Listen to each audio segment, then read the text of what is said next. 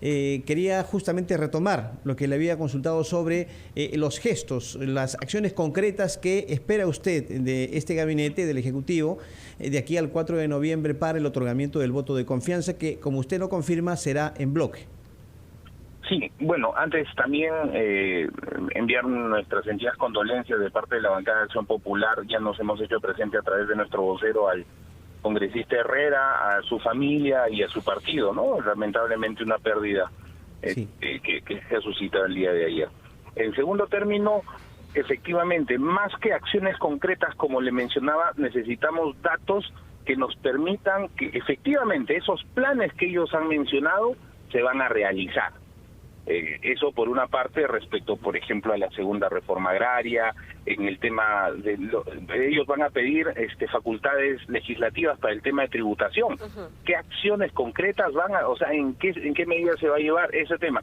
Y los otros temas que hemos llevado en la reunión con la primera ministra es sobre los ministros, ¿no? El ministro Barranzuela está muy cuestionado y el presidente de la República, considero, debe de acuerdo a sus atribuciones, tomar en cuenta que ese tipo de designaciones lo que hacen es generar un debate innecesario cuando debemos estar avanzando en otras cosas.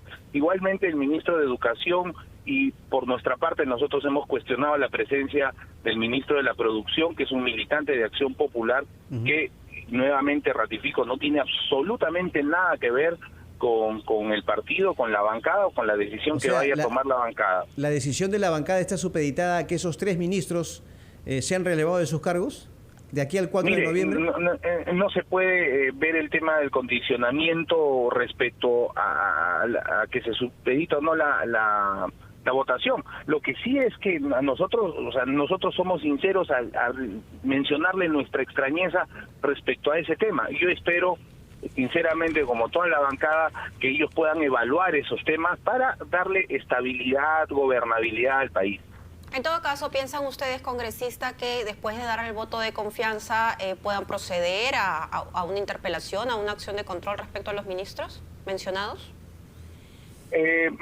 Podría ser, ¿no? Y como le dijimos el otro día a la presidenta del Consejo de Ministros, si es que ellos ponen a un ministro al respecto o cuestionado en este tema, lo que debemos hacer nosotros es ver por el todo. O sea, no por este ministro solamente tendría que caerse todo el gabinete, pero sería innecesario hacer todo eso si es que ellos toman una decisión antes de darles el voto de confianza.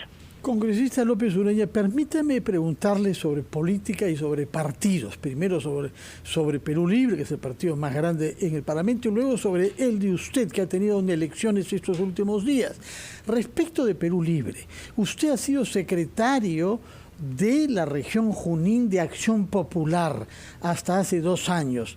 ¿Qué cosas se sabía sobre la corrupción que se practicaba al interior de las instituciones del gobierno regional? Porque estamos descubriendo cosas vía fiscalía, pero ¿qué sabían ustedes, los dirigentes políticos de Junín?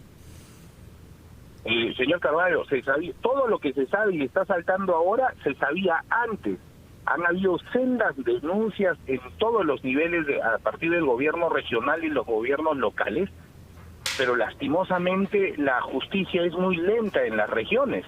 Imagínense usted que están años tras años en juicios estos señores y lastimosamente no hay acción de parte de la justicia. Por otro lado, no solo ese tema, se tiene el tema emblemático del puente Comuneros, que empezó con una obra de 30 millones, terminó en más de 100 millones y no tiene un lugar donde poder desembocar todo el tráfico que pueda llevar o que pueda solucionar. Se tiene el tema del IREN, del Instituto Regional de Enfermedades Neoplásicas, que si bien es cierto está funcionando, pero no a la capacidad de la inversión que se ha hecho. Se tienen las carreteras totalmente paralizadas. Ha habido una protesta en la provincia de Jauja, la primera capital del Perú, por la JU 103, donde el gobierno regional ha dejado prácticamente que las empresas que estaban construyendo abandonen la obra. Han dicho que iban a intervenir por el paro y hasta ahora no intervienen absolutamente nada. Y no solo ellos, sino las gestiones anteriores, y yo quiero hacer un hincapié acá por una ley que he presentado, el Partido Perú Libre ha provenido o proviene de un movimiento regional. Sí. ¿Ya? Y los movimientos regionales en un 85% están involucrados en actos de corrupción. Yo he llamado organizaciones criminales a esas personas que se juntan para utilizar la fachada de un movimiento regional y robarle al Estado. Y eso es lo que pasa, no solo en Junín, sino en todo el Perú, señor Carvalho. Lamentable lo que nos dice. Brevemente, por favor, sobre su propio grupo político. ¿Quién es el secretario general? Porque se dijo primero que era el señor Julio Chávez, ahora se habla de Edmundo del Águila Morote. Explíquenos qué es lo que ha pasado, porque han habido estas incertidumbres y estas recriminaciones entre correligionarios. Bueno, yo debo de manifestar que ha habido un proceso el 25 de septiembre donde el señor Julio Chávez ha sacado una ventaja por más de 1.000 o 2.000 votos, más de 2.000 votos. En ese sentido, han anulado actas hasta que el señor del Águila ahora gana por 80 votos. Entonces seguro que van a seguirse los procedimientos, pero más allá del tema, no es un tema solamente de una elección interna más. Yo considero que es un cambio generacional en el partido que debe de hacerse respetar, ¿no? Yo tengo mucho respeto por el ingeniero del mundo, pero ya es hora pues de que dejen a los jóvenes avanzar en la construcción de nuestro partido. No olvidemos que en 1956 el presidente Belaúnde con el Frente de Juventudes llegó a la candidatura en la dictadura de Odría. Quedamos confundidos con lo que nos dice. ¿Hay o no hay un nuevo secretario general investido legalmente en su partido? No hay, porque no hay ninguna resolución todavía. Hay una proclamación mediante una red social y bueno, vamos a esperar pues lo que dice el Jurado Nacional de Elecciones, porque tiene que la competencia del jurado tiene que verse en este proceso electoral. Vamos a esperar. Bueno, vamos a esperar entonces. Espero que no sea muy larga esta espera y que quede clarificada. Muchas gracias en todo caso por su presencia en RPP. Muchas gracias y buenos días, señor Illich López Ureña, congresista de Acción Popular por la región de Junín. Vamos a hablar rápidamente ahora con un cardiólogo, un especialista del tratamiento del infarto agudo, el señor Walter Mogrovejo. Muy buenos días, doctor. ¿Cómo le va, Fernando? Buenos días. Buenos días, Mabel. Buenos días, Carlos. Buenos días, doctor. Buenos días. Bueno, estamos todos impresionados, como usted imaginará, por la súbita muerte de un hombre de 55 años que había recibido una segunda vacuna contra el COVID-19 el 25 de septiembre. Explíquenos usted qué vínculo puede haber entre el COVID, que dicen que tuvo, esta vacunación tardía, a los 55 años, el asma que él padecía y su súbito fallecimiento. Bueno, en principio, las condolencias a la familia del congresista Herrera, pero ante una mala noticia, luego viene una buena. Y la buena es que el paro cardíaco y generalmente es debido a infarto, y sí se puede prevenir y tratar para no lamentar. Sin embargo, aparentemente este hecho es debido a una secuela de COVID, o algunos están relacionándolos con algunos casos aislados que aparecen post vacunación. Al respecto tendría que comentar lo siguiente: se están dando ya en el mundo entero la aparición de las unidades de vigilancia post-COVID, acá en Perú ya tenemos algunas, y en la que se chequean los órganos que el COVID en la etapa aguda altera, por ejemplo, como es el corazón, el cerebro, los pulmones, además de los pulmones. En la etapa aguda se ve que es muy escaso el porcentaje de pacientes que fallecen debido a insuficiencia cardíaca por una miocarditis fulminante durante la enfermedad aguda.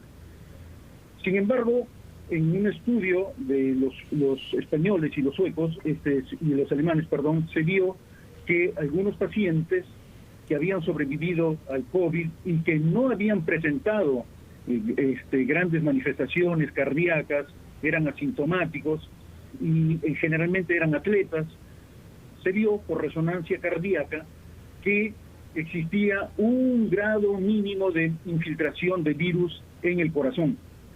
y eso se caracterizaba por edema, o sea, por hinchazón de unas partes del corazón. A eso se llama miocarditis. También se ha reportado después de la segunda dosis o primera dosis de alguna vacuna, que sea ARN mensajero, pero muy escasos, y eso es importante recalcarlo, que son escasos y transitorios efectos de estas vacunas, y generalmente se resuelven ad íntegro. Tengamos presente eso, porque si no vamos a crear una mala expectativa a la vacuna y una reacción adversa. Claro que sí. Permítame, por favor, luego de haber oído estas explicaciones y tomando nota de que la segunda dosis él la recibió un mes antes de la muerte, el 25 de septiembre. Es un mes, no es una cosa cercana. Vamos a ir, por favor, a una brevísima pausa para escuchar los titulares de la media hora y retomamos nuestra conversación con usted, sobre todo porque nos ha dicho que hay medios ahora que permiten anticipar posibles dificultades de ese tipo. Quiero que nos explique qué es lo que se debe hacer para tener una actitud preventiva.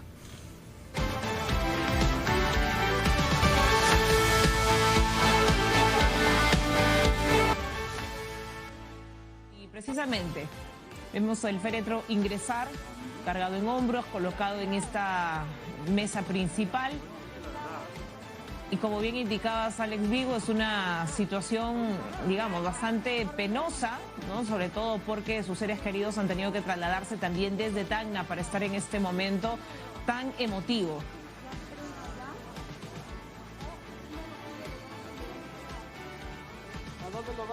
Imágenes de señal del Congreso. Estamos apreciando la misa de cuerpo presente y luego un homenaje en el mismo Parlamento de la República. Algunas autoridades presentes, sobre todo congresistas, sus colegas de bancada de Perú Libre. Y en segundos inicia entonces esta celebración eucarística en homenaje al congresista Fernando Herrera. Vamos a regresar en cualquier momento con más detalles de ese momento emotivo, pero regresamos de momento a la pausa.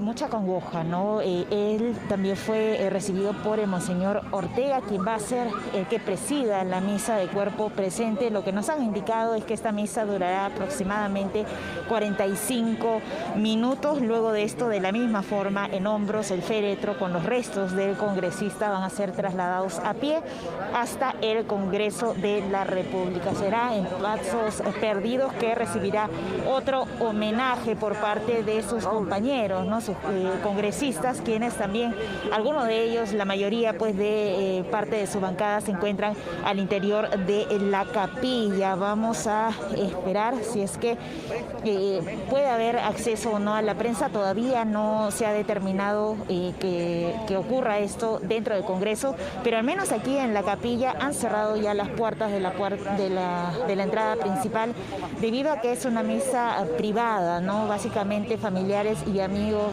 compañeros también del Congreso, quienes están presentes. 45 minutos entonces, y luego esto continúa los homenajes para el congresista Fernando Herrera Mamani. Directo en directo, RPP Noticias. Muchas gracias por esta información. Misa entonces en la capilla llamada Juan Pablo II en el Hospicio Ruiz Dávila, que es un anexo del Congreso de la República desde hace ya más de 10 años. Retomamos entonces nuestra conversación, como había dicho Carlos Villarreal, con el cardiólogo Walter Mogrovejo, al cual queríamos preguntarle cuáles son estas buenas noticias sobre la capacidad que tenemos ahora de prever el riesgo de que se pueda producir un infarto agudo del miocardio. Sí, gracias, don Fernando. Simplemente para terminar el tema de la vacuna, es importante saber que las publicaciones científicas demuestran que a los 4 días post vacuna se han visto estos síntomas de estos signos y síntomas de miocarditis, y que, como dije, es el tratamiento dado y restitución ad íntegro. Lamentablemente el congresista fue después de un mes de esto, así que yo descartaría el origen tanto de la enfermedad como de la vacuna al respecto.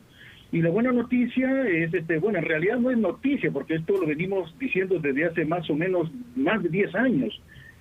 Cuando que el paro cardíaco generalmente es secundario al infarto agudo de miocardio, que origina una arritmia maligna, y esto sí se puede prevenir y tratar, que son dos cosas distintas, para no lamentar.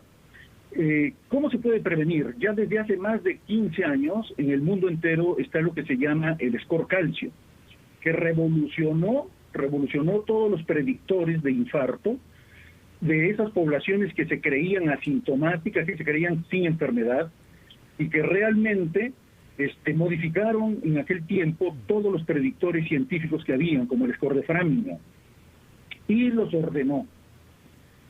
Incluso ha ido avanzando tanto este score calcio que hoy en día permite prever una vejez saludable y no saludable. ¿Y de qué se trata, doctor? La parte cardíaca, ¿perdón? ¿De qué se trata? Ajá, muy bien. Mabel, el score calcio detecta el calcio que se origina en las arterias coronarias después de una inflamación crónica de las arterias coronarias debido a la enfermedad cardíaca que se llama aterosclerosis.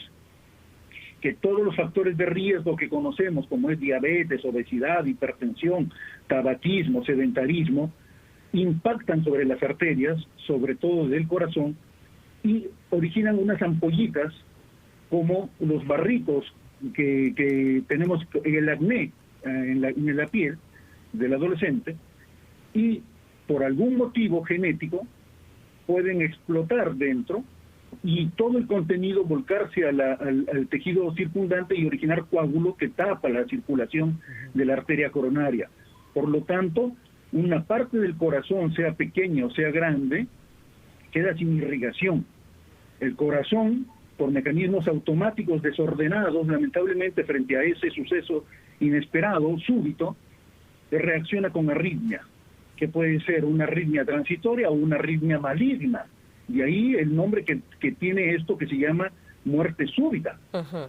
Porque el corazón, al contraerse como calambre, como temblor, no origina el efecto de bomba hacia el cerebro, y el paciente cae, se desploma sin pulso. Entonces, podríamos haber previsto todo esto, todo este acontecimiento, con un simple examen, un chequeo médico, y los médicos hoy en día ya conocen lo que los cardiólogos, eso, ya saben que se hace en una tomografía especial, de que dura 6 segundos nada más, y a partir de esa información, yo clasifico el paciente de bajo o alto riesgo. Uh-huh. Doctor, pero... Alto riesgo si es que va a tener infarto, por lo tanto todas las consecuencias del infarto que pueden llegar hasta el paro cardíaco, por eso es que decimos que sí se puede prevenir. Y es lamentable que gente joven que ha tenido el papá o la mamá o los tíos cercanos muertos súbitamente antes de los 55 años, no se hagan estos exámenes. Eso es lamentable. Doctor Mogrovejo, y también permítame una 40 pregunta. Años... Permíteme sí, una consulta, sí, justamente sobre este tema. ¿Cuáles son los signos que una persona puede, diríamos, sentir o detectar y pueden avisarle que tiene algún problema de índole cardíaco? Y otro aspecto, en el caso del congresista fallecido, se decía que era asmático y además sometido a una presión ¿no?, propia de su trabajo, me imagino, constante. ¿Estos dos aspectos pueden haber desencadenado la situación de ayer? Bueno, respondiendo a los síntomas, nosotros como cardiólogos tenemos la responsabilidad de también alertarlos ante los síntomas como el dolor de pecho, dolor en el hombro y en el brazo, irradiado del brazo izquierdo.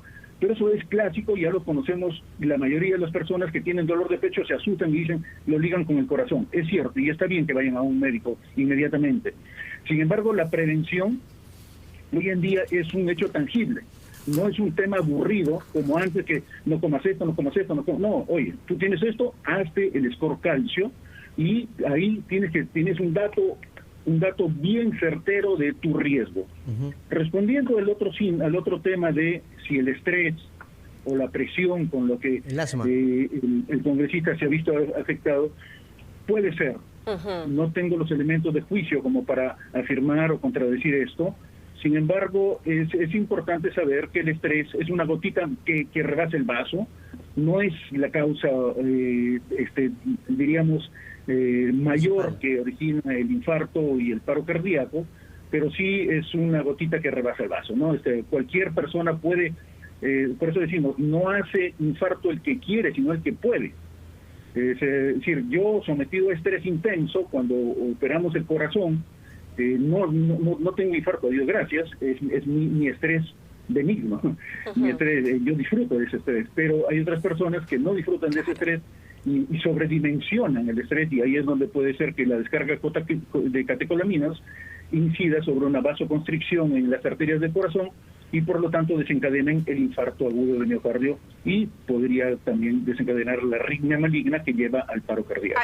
Tengo una última pregunta, ya quizá va dirigida para pacientes cardíacos que inclusive tienen un stent, ¿no?, que es este aparato que sirve para desobstruir, para evitar la obstrucción de las arterias.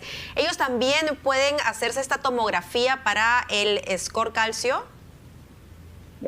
Mire, el score calcio es para lo que se denomina prevención primaria. Nosotros desde el año 95 venimos colocando stents y ya estos pacientes tendrían una información falsa, si es que tienen score calcio. Claro. ¿Por qué? Porque el stent va a dar una falsa información.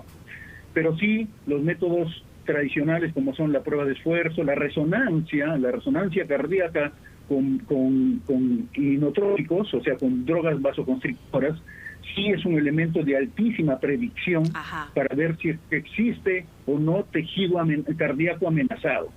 Para que entendamos, no hay infartos chicos ni grandes, hay infartos. Cualquier tipo de infarto chiquitito o grande puede desencadenar una arritmia maligna. Es una lotería negativa, lamentablemente, y hasta ahora la medicina no ha logrado establecer qué tipo de infartos me pueden desencadenar o no la arritmia y la muerte súbita. De acuerdo, muchas gracias, doctor Walter Mogrovejo, por sus explicaciones. Tomamos nota de que estamos en capacidad ahora de prevenir ese tipo de accidente fatal a través de esta técnica que usted ha denominado score calcio, pero también de una tomografía. Muchas gracias y muy buenos días. Hacemos una pausa para escuchar a los anunciantes de RPP y entramos al segmento final de ampliación de noticias.